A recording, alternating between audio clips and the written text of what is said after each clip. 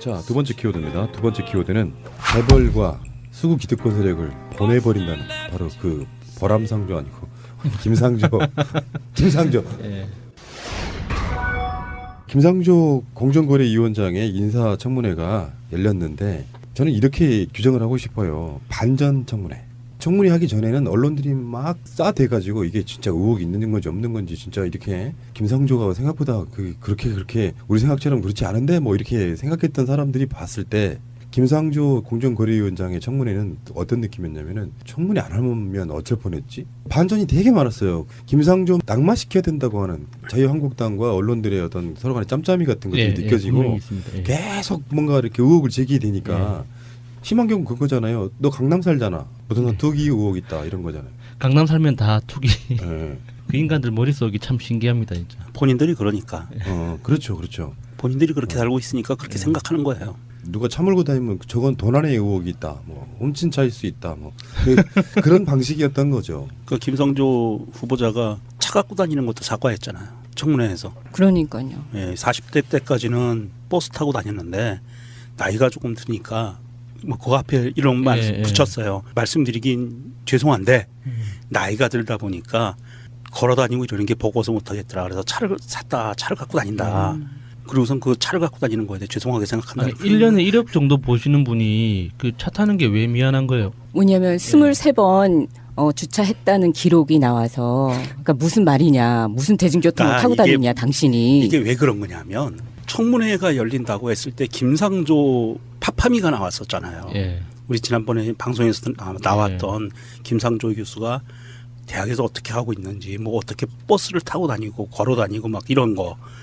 이 쟤네들 야당 자유당 애들이 그 파파미를 보고 걸렸어. 그러고서는 주차 기록이 있어? 거짓말했네. 이렇게 나온 거예요. 그러니까 걸어 다닌다는 사람이 차가 있어? 거짓말이야라 그랬더니 김상조 교수가 이제 그런 얘기를 한 거죠, 후보자가. 근데 걸어 다닌다고 했던 거는 그 제자의 지금 그 추억담. 거기서 과거. 나온 거잖아요. 근데 그게 10년 전 이야기예요. 왜냐하면 제가 그때 정도에 제가 CC 시절에 남자친구가 그 한성대 근처에 살았어요. 그래서 한성대 도서관에 종종 가서 공부를 한 적이 있었는데 공부요? 네, 공부를 했죠. 갔는데 거기가 그렇게 생겼어요. 굉장히 비탈지고 한성대 역 입구가 있잖아요. 4호선. 근데 거기가 한성대 입구가 절대 아니에요. 맞습니다. 거기서 마을버스를 타고 한참 가야지 됐는데 아니면 등산을 하든지. 네, 맞아요. 그래서 이분이 항상 그 마을버스를 학생들하고 같이 대기를 했다. 그 얘기가 있잖아요. 실로. 그러니까 자유당에서는 그 파파미 그 내용들을 보고 그게 과거에 예전에 벌어졌던 그 추억담인 거를 전혀 생각을 안 하고 현재하고 등치를 시킨 거예요. 그러니까 걸어다니고 대중교통 이용 안 되는 사람이 왜 주차 기록이 있냐, 차는 왜 갖고 다니냐 이렇게 물어보니까 김상조 교수가 대답을 그렇게 한 거죠. 진짜 개똥 같은 것들 진짜. 자, 그러니까 지금 김상조 공정거래위원장의 인사청문회를 통해서 지금 드러난 것들 요점만 한번 정리 한번 해보시죠. 첫 번째, 음마아파트 위장 전입.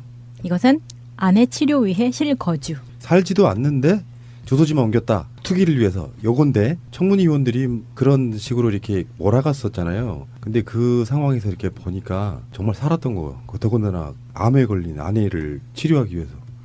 더 이상 말을 못 하시더구만. 심지어는 청문회에서 뭐 어떤 거였냐면은 미분양 돼가지고 하나 그늘진 아파트 하나 나왔는데 근데 복덕방이라고 했어. 이분이 계속 복덕방이라고 하는 거예요.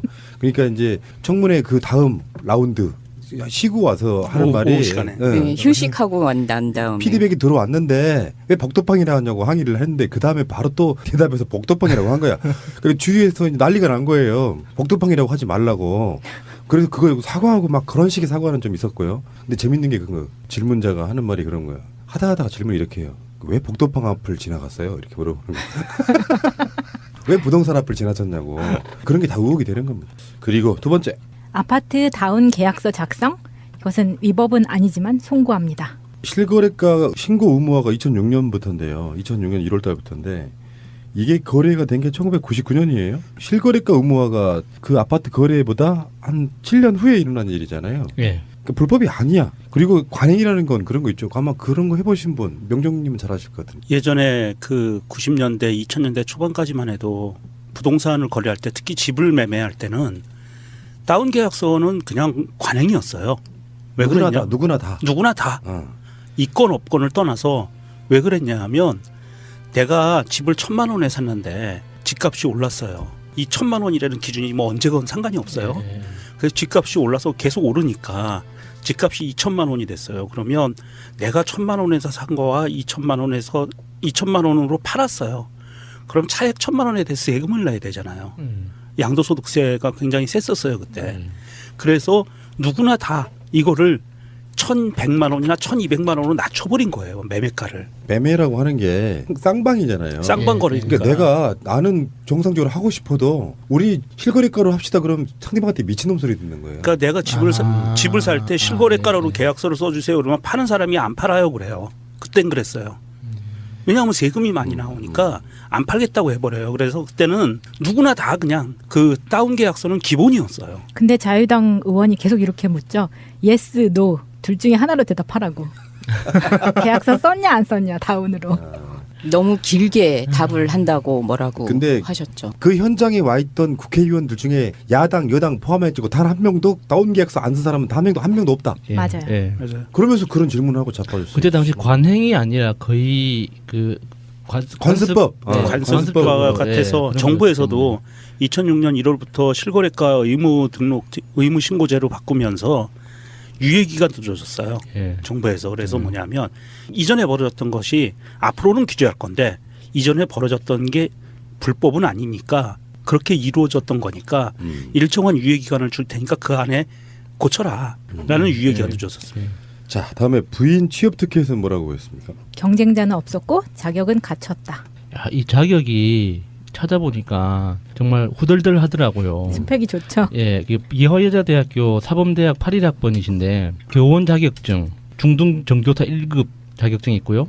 그 연세대에서 테솔 대학원 과정 수료하셨고 영어 회화 능력 검증 수료하셨고 테플인가? 그건 미국에서 예, 직접 캘리포니아 따온 그 대학원 중에서 이제 외국인들한테 외국인이 외국어를 가르치는 그 전문 과정 수료하셨고 토익 900점에 경력도 엄청나시더라고요.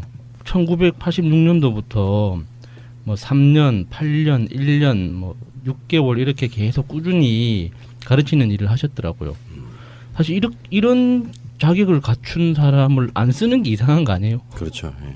자, 넘어가겠습니다. 할 말이 되게 많아요. 외부 강연료 소득세 탄로에 대해서 뭐라고 했죠? 국세청 자료에 근거해서 납세했다. 5년 동안 114건의 외부 강연으로 벌어들인 돈이 8,862만 원인데 매년 세무 전문가의 조언을 받아서 신고를 한답니다. 이거 쉽지 않거든요. 대부분의 사람들이 그거 안 하는데 이분은 그 모든 것들 다 신고한다잖아요. 자유당에서 딴지를 걸은 게 김상조 후보자가 소득 신고를 안 하는 해가 있었어요. 안 해서 나중에 경과금까지도 해서 더 냈거든요. 그거를 파고들었어요. 왜 안 했냐. 이게 탈세 아니냐. 그런데 김상조 교수가 또 그냥 한마디로 뭉개버리죠. 외국에 나가 있다가 왔는데 어머님인가 돌아가셨대요. 5월 달에. 그래서 소득세 신고를 못한 거야. 그 기간을 놓쳐서. 그래서 그 초상을 치느라 신고 기간을 놓쳤기 때문에 나중에 그 경과금까지 같이 해서 냈다. 그러니까 탈세가 아닌 거예요. 뭘 내야 되는데 자기 돈이 없거나 사정이 있어가지고 늦게 내면 그것은 탈세가 아니고 그렇죠. 연체예요. 연체. 자, 그런 식인 거고. 그러니까 이분은 이것도 내가 보기엔 미친 준비성 같은 느낌 안 드세요? 배웠던 제자들 이야기를 들어보면 공정거래위원회 직원들이 정말 피곤해질 것 같더라고요. 보통 그 공직사회가 보면 직급이 올라갈수록 자기가 할 일을 다른 사람한테 미루잖아요. 그래서 일을 했는지 안 했는지만 확인하잖아요. 근데 김상조 교수님은 이렇게 타고나기를 자기의 할 일은 스스로 하는 이게 완전히 뼛속 이렇게 깊이 박혀 있는 분이어가지고 그 부하 직원들도 다 각자 자기가 해야 될 일을 철저하게 해야 될 거 아니에요. 그러니까 기존의 공직 분위기하고는 많이 달라질 거기 때문에 정말 힘들 것 같아요. 알겠습니다. 다음 신용카드에 대해서는 뭐라고 했습니까? 신용카드 사용 신고 금액이 0원. 이것은 소득 공제 기준이 안 넘어서 0원이라고 해명했습니다. 저도 해명해야 될 게 있어요. 김상조 후보자가 언론에 막 여러 가지 이야기가 나올 때 신용카드를 안 쓰는 게 아니냐 의혹을 제기했다. 근데 저는 솔직히 말씀드리면 최민희 의원하고 방송할 때는 어떻게 그 청문회를 아침 저녁에 다 봐요. 다른 방송도 못 하고. 그러니까 다 볼 수가 없는 상태에서 그때 언론에서 들었던 이야기를 하다 보니까 청문회에서 나왔던 이야기를 제가 다 써머리를 못했더군요. 쓰시긴 쓰시는 거예요. 제가 알고 있었던 건 신용카드를 안 쓰는 건데 신용카드가 저도 유처음 알았어요. 급여 총액의 25%를 넘지 않으면 연말 정산할 때 0으로 잡혀서 의미가 없어서 안 한다. 그러니까 사실상 이분은 신용카드를 많이 쓰시는 분은 아니고 필요할 때는 쓴다 이런 거잖아요. 예, 25%를 그 기준이 그 전산 입력하는 그 화면이 있는데 총 소득의 그 연간 소득의 25%를 넘지 않는 금액을 그거를 0이라고 쓰지 않고 그냥 넘긴 거나 그러면 화면이 더 이상 넘어가질 않는데요. 신고 절차가.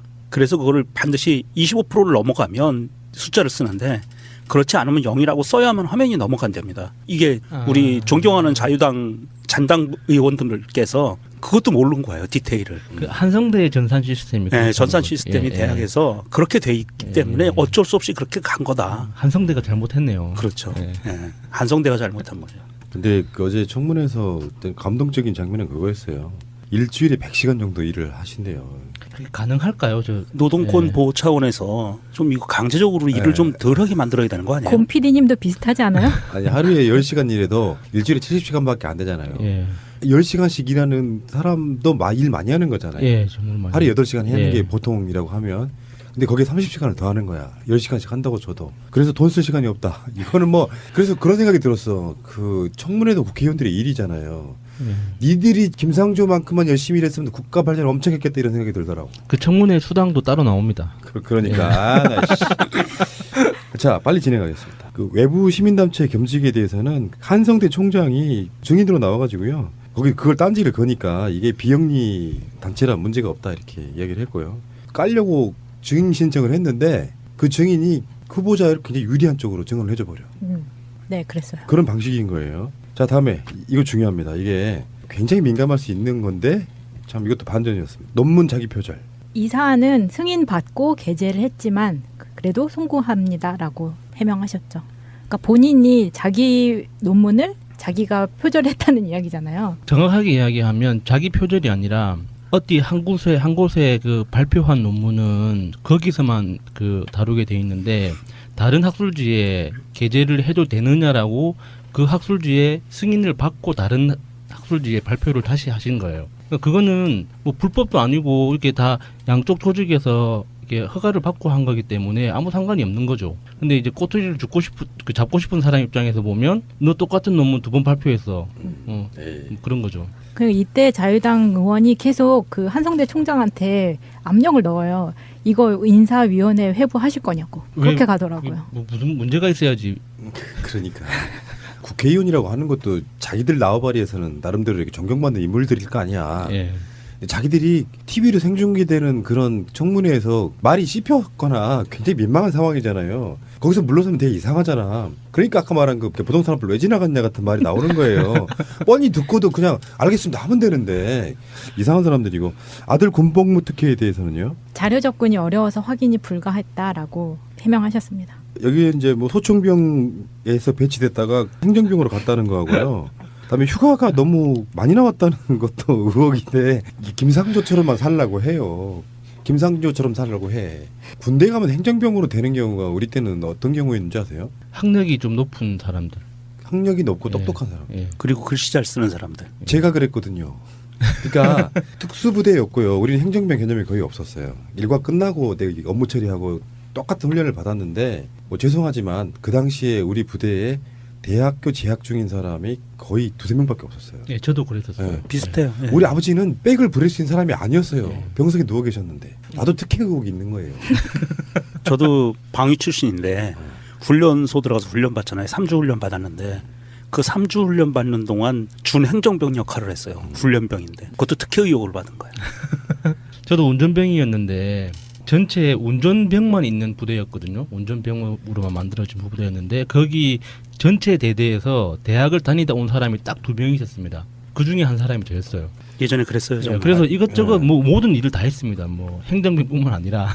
여기서 김상조 교수가 우병우처럼 무슨 요직에 있는 사람도 아니고요. 본인이 뭐 재벌개혁이네 뭐네 평생을 바쳐서 하고 있는 사람이 아들 군대 갔는데 행정병으로 빼주세요 하고 압력을 넣거나 청탁을 넣었다. 그리고 아들놈 휴가 자주 나오는 건요. 부모 입장에서 부담스러워요. 그게.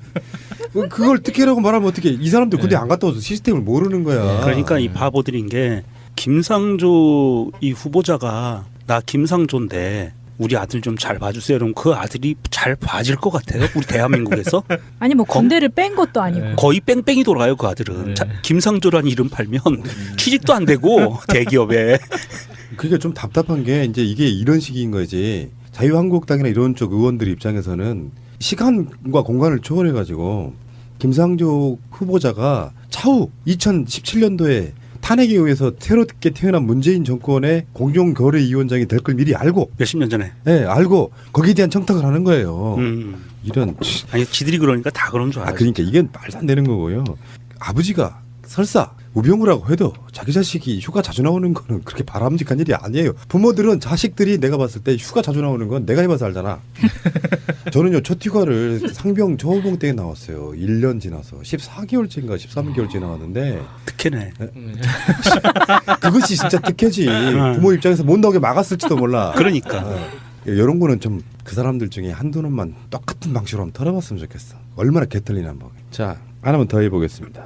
9번째, 20년간 외부 연구비, 사회이사, 용역을 일절 거부한 산무 김상조. 이건 정말 대단한 것 같아요. 20년 동안 하나도 안 했다는 건 뭔가 신념을 가지고 있었다는 뜻이잖아요. 김상조 후보자는 그렇죠. 이 외부 연구비라는 거는 두 종류잖아요. 대기업으로부터 받는 것과 정부로부터 받는 것. 이 두 개를 안 했다는 거고, 사회이사는 그냥 이름만 걸어놓고 돈 받는 통로이기 때문에 그것도 안 했고, 유급 사회이사. 그다음에 용역도 이거는 뭐 우리 4대강 때 많이 봤잖아요. 용역 많이 받아가지고 해쳐 드시는 것들. 그런 것들을 다 거부한 그만큼 깨끗하게 사신 분이고요. 이런 사람을 털어서 뭘 어떻게 하겠다는 건지 모르겠어요. 보통 교수들이 외부 연구비 이거 확보하기 위해서 거의 사활을 걸다시피 그럼요.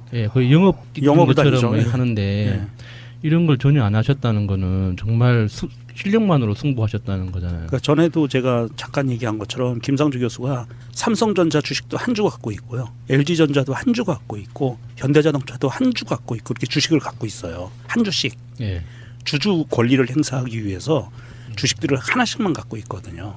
그러니까 털어봐야 털 게 없어요. 이 사람은. 김상조 교수가 준 어떤 반전이잖아요. 이 청문회 열리기 전에는 그 의혹 제기가 뭐 너무나 도가 지나쳐가지고 이거 좀 어쨌든 간에 7일날 그러니까 현충일 지나고요. 7일날 강경화, 김동연 이 두 후보자에 대해서 지금 또 청문회가 열리는데 강경화 후보자는 또 얼만큼 반전이 있을지 언론들이 거의 처럼 만들어놔 버렸잖아요. 지금 이미지가 엄청 나빠졌는데 어떤 반전이 있을지 궁금하고요. 나온 의혹들 중에 그런 보도도 있어. 중앙일보가 김상조 교수가 불을 질렀다. 그 기사 혹시 보셨어요?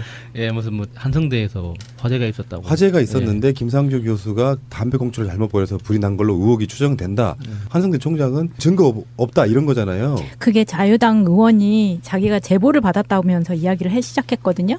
그런데 그 제보에는 그 김상조가 담배를 피다가 불이 나서 김상조가 직접 신고를 했고 나중에 그 신고를 취소를 했는데 경비원이 다시 신고를 해서 불이 난 걸로 해서 소방서가 다시 출동을 했다는 거예요. 그런데 왜 김상조의 잘못도 아닌데 김상조가 왜 300만 원을 기탁했느냐. 이게 김상조가 범인이기 때문이 아니냐. 이렇게 나온 거죠. 그게 되게 상식 바뀐데 저도 그 지점에서 왜 300만 원을 냈을까 생각해 봤어요. 김상조 같은 교수들은 그런 상황에서 자기가 고태라고 자발적으로 기부할 가능성이 꽤 높은 상황, 그런 인격을 갖고 있다고 저는 생각해요. 김상조 교수, 우리 지난번 방송이었나요? 김상조 교수의 그 파파미 미담 중에 그 사재를 털어서 대학에 기부한 게 많았었잖아요. 비율이 한 절반 정도. 굉장히 많았었잖아요. 그런 거죠. 그 300만 원 기탁하고 이런 것들이 다 사재를 털어서 학교에 기부하는 행위 중에 하나죠. 그런 것들을 보고 자기들은 해본 적이 없기 때문에 네가 불냈으니까 300만 원 냈지. 불냈으면 600만 원을 다 냈겠죠. 파파미가 나왔었잖아요. 우리 지난번에 방송에서 나왔던 김상조 교수가 대학에서 어떻게 하고 있는지, 뭐 어떻게 버스를 타고 다니고 걸어 다니고 막 이런 거. 이 쟤네들 야당 자유당 애들이 그 파파미를 보고 올라 걸렸어. 그러고서는 주차 기록이 있어? 거짓말했네. 이렇게 나온 거야. 그러니까 걸어 다닌다는 사람이 차가 있어? 거짓말이야라 그랬더니 김상조 교수가 이제 그런 얘기를 한 거죠, 후보자가. 근데 걸어 다닌다고 했던 거는 그 제자의 지금 그 추억담. 거기서 나온 거잖아요. 근데 그게 10년 전 이야기예요. 왜냐하면 제가 그때 정도에 제가 CC 시절에 남자친구가 그 한성대 근처에 살았어요. 그래서 한성대 도서관에 종종 가서 공부를 한 적이 있었는데 공부요? 네, 공부를 했죠. 갔는데 거기가 그렇게 생겼어요. 굉장히 비탈지고 예. 한성대 역 입구가 있잖아요. 예. 4호선. 예. 근데 거기가 한성대 입구가 절대 아니에요. 맞습니다. 예. 거기서 예. 마을버스를 타고 한참 가야지 됐는데 아니면 등산을 하든지. 네, 맞아요. 그래서 이분이 항상 그 마을버스를 학생들하고 같이 대기를 했다. 그 얘기가 있잖아요, 실로. 그러니까 자유당에서는 그 파파미 그 내용들을 보고 그게 과거에 예전에 벌어졌던 그 추억담인 거를 전혀 생각을 안 하고 현재하고 등치를 시킨 거예요. 그러니까 걸어다니고 대중교통 이용 안 되는 사람이 왜 주차 기록이 있냐, 차는 왜 갖고 다니냐 이렇게 물어보니까 김상조 교수가 대답을 그렇게 한 거죠. 진짜 개똥 같은 것들 진짜. 자, 그러니까 지금 김상조 공정거래위원장의 인사청문회를 통해서 지금 드러난 것들 요점만 한번 정리 한번 해보시죠. 첫 번째, 음마아파트 위장 전입. 이것은 아내 치료 위해 실거주. 살지도 않는데 주소지만 옮겼다. 투기를. 그래서 2천만 원으로 팔았어요. 그럼 차액 1,000만 원에 대해서 세금을 내야 되잖아요. 양도소득세가 굉장히 셌었어요 그때. 그래서 누구나 다 이거를 1,100만 원이나 1,200만 원으로 낮춰버린 거예요. 매매가를. 매매라고 하는 게 쌍방이잖아요. 쌍방 거래니까. 그러니까 내가 나는 정상적으로 하고 싶어도 우리 실거래가로 합시다 그럼 상대방한테 미친놈 소리 듣는 거예요. 그러니까 내가 집을 살 때 실거래가로 계약서를 써주세요. 그러면 파는 사람이 안 팔아요 그래요. 그땐 그랬어요. 왜냐하면 세금이 많이 나오니까 안 팔겠다고 해버려요. 그래서 그때는 누구나 다 그냥 그 다운 계약서는 기본이었어요. 근데 자유당 의원이 계속 이렇게 묻죠. yes, no. 둘 중에 하나로 대답하라고. 계약서 썼냐 안 썼냐 다운으로. 너무 길게 답을 한다고 뭐라고 근데 하셨죠. 그 현장에 와 있던 국회의원들 중에 야당, 여당 포함해가지고 단 한 명도 다운 계약서 안 쓴 사람은 한 명도 없다. 예. 맞아요. 예. 맞아요. 그러면서 그런 질문을 하고 자빠졌어요. 그때 당시 관행이 아니라 거의 그 관습법. 네, 관습과 관습법으로, 같아서 예, 정부에서도 2006년 1월부터 실거래가 의무 신고제로 바꾸면서 유예 기간도 줘줬어요. 예. 정부에서. 그래서 뭐냐면 이전에 벌어졌던 것이 앞으로는 규제할 건데 이전에 벌어졌던 게 불법은 아니니까 그렇게 이루어졌던 거니까 일정한 유예 기간을 줄 테니까 그 안에 고쳐라 라는 유예 기간도 줬었어요. 자, 다음에 부인 취업 특혜에서는 뭐라고 했습니까? 경쟁자는 없었고 자격은 갖췄다. 야, 이 자격이 찾아보니까 정말 후덜덜 하더라고요. 스펙이 좋죠. 예, 이화여자대학교 사범대학 81학번이신데 교원 자격증, 중등 정교사 1급 자격증이 있고요. 그 연세대에서 채솔. 자, 두 번째 키워드입니다. 두 번째 키워드는 재벌과 수구 기득권 세력을 보내버린다는 바로 그 보람상조 아니고 김상조. 예. 김상조 공정거래위원장의 인사청문회가 열렸는데 저는 이렇게 규정을 하고 싶어요. 반전 청문회. 청문회 하기 전에는 언론들이 막 싸대가지고 이게 진짜 의혹이 있는 건지 없는 건지 진짜 이렇게 김상조가 생각보다 그렇게 우리 생각처럼 그렇지 않은데 뭐 이렇게 생각했던 사람들이 봤을 때 김상조 공정거래위원장의 청문회는 어떤 느낌이었냐면은 청문회 안 하면 어쩔 뻔했지? 반전이 되게 많았어요. 김상조 낙마시켜야 된다고 하는 자유한국당과 언론들의 어떤 서로 간의 짬짬이 같은 것들이 느껴지고 있습니다. 예. 계속 뭔가 이렇게 의혹을 제기되니까 심한 경우 그거잖아요. 너 강남 살잖아. 무슨 투기 의혹 있다 이런 거잖아요. 강남 살면 다 투기. 예. 그 인간들 머릿속이 참 신기합니다, 진짜. 본인들이 그러니까. 그렇죠. 본인들이 그렇게 살고 있으니까 그렇게 생각하는 거예요. 누가 차 몰고 다니면 저건 도난의 의혹이 있다. 뭐 훔친차일 수 있다. 뭐 그런 방식이었던 거죠. 그 김성조 후보자가 차 갖고 다니는 것도 사과했잖아요. 청문회에서. 그러니까요. 예, 40대 때까지는 버스 타고 다녔는데 나이가 조금 드니까 뭐 그 앞에 이런 말 붙였어요. 말씀드리긴 죄송한데 나이가 들다 보니까 걸어 다니고 이러는 게 버거워서 못 하겠더라. 그래서 차를 갖고 다닌다. 그리고선 그 차를 갖고 다니는 거에 대해 죄송하게 생각한다. 아니, 1년에 1억 정도 보시는 분이 그 차 타는 게 왜 미안한 거예요? 왜냐하면 23번 주차했다는 기록이 나와서 그러니까 무슨 말이냐. 무슨 대중교통을 타고 다니냐 당신이. 이게 왜 그런 거냐면 청문회가 열린다고 했을 때 김상조 위해서 요건데 청문위원들이 그런 식으로 이렇게 몰아갔었잖아요. 근데 그 상황에서 이렇게 보니까 정말 살았던 거예요. 더군다나 암에 걸린 아내를 치료하기 위해서 더 이상 말을 못 하시더구만. 심지어는 청문회에서 뭐 어떤 거였냐면은 미분양 돼가지고 하나 그늘진 아파트 하나 나왔는데 근데 복덕방이라고 했어. 이분이 계속 복덕방이라고 하는 거예요.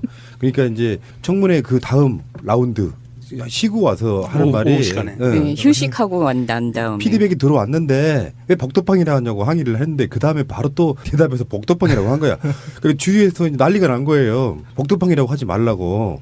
그래서 그거 사과하고 막 그런 식의 사과는 좀 있었고요. 근데 재밌는 게 그거 질문자가 하는 말이 그런 거야. 하다가 질문을 이렇게 해요. 왜 복덕방 앞을 지나갔어요? 이렇게 물어보는 거야. 왜 부동산 앞을 지나쳤냐고. 그런 게 다 의혹이 되는 겁니다. 그리고 두 번째. 아파트 다운 계약서 작성? 이것은 위법은 아니지만 송구합니다. 실거래가 신고 의무화가 2006년부터인데요. 2006년 1월 달부터인데 이게 거래가 된 게 1999년이에요. 실거래가 의무화가 그 아파트 거래보다 한 7년 후에 일어난 일이잖아요. 예. 그러니까 불법이 아니야. 그리고 관행이라는 건 그런 거 있죠. 아마 그런 거 해보신 분 명정님은 잘 아실 것 같은데. 예전에 그 90년대 2000년대 초반까지만 해도 부동산을 거래할 때 특히 집을 매매할 때는 다운 계약서는 그냥 관행이었어요. 왜 누구나 그랬냐? 다, 누구나 다. 누구나 다. 어.